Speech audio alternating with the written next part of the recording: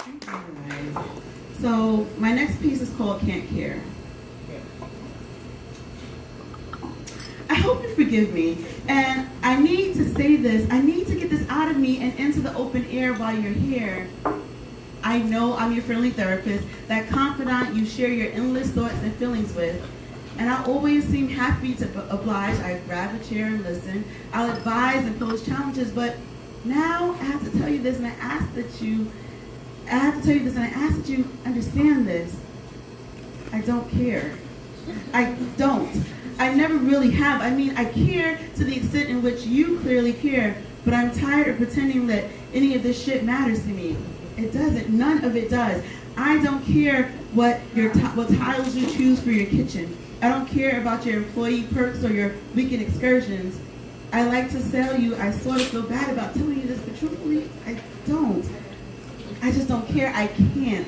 I can't care anymore because there are other things to be concerned with.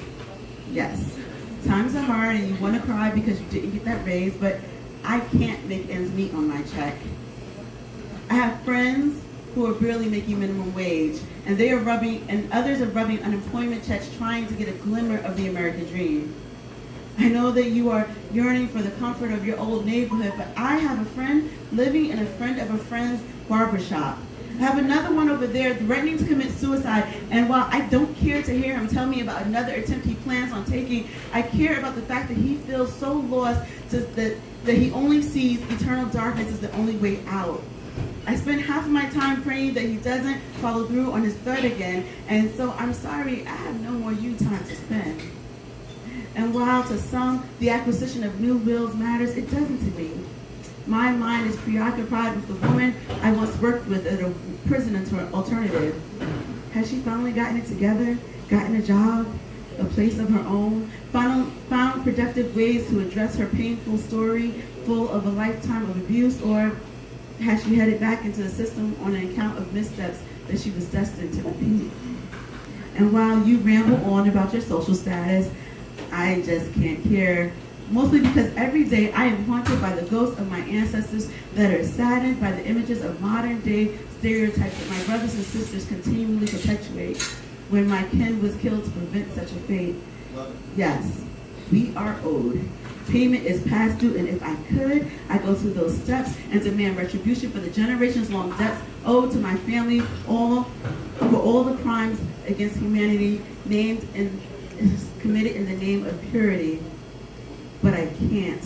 And despite how much I try to lead by example and show them that we can be more, to prove to them that we need to stop embracing a label never designed to imprison us,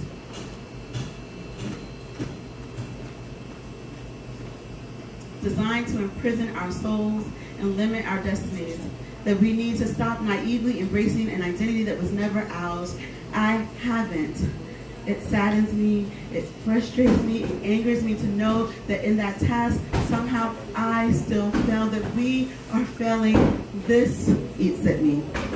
And as you go on and on about your latest romantic interest and ask for counsel during your wooing process, my focus shifts, my mind wanders, and then wonders if I can ever be whole again, whole enough to embrace love again.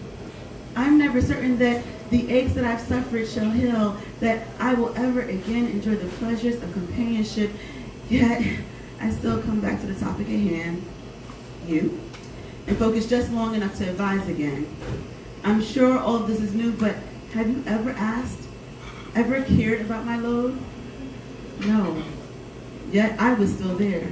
But right now, I need you to hear this and accept this as truth, my truth. I must address my own burdens, focus on my own tribulations, and deal with the things that truly matter to me. If I am to heal and to really help others, I can no longer afford to care for you.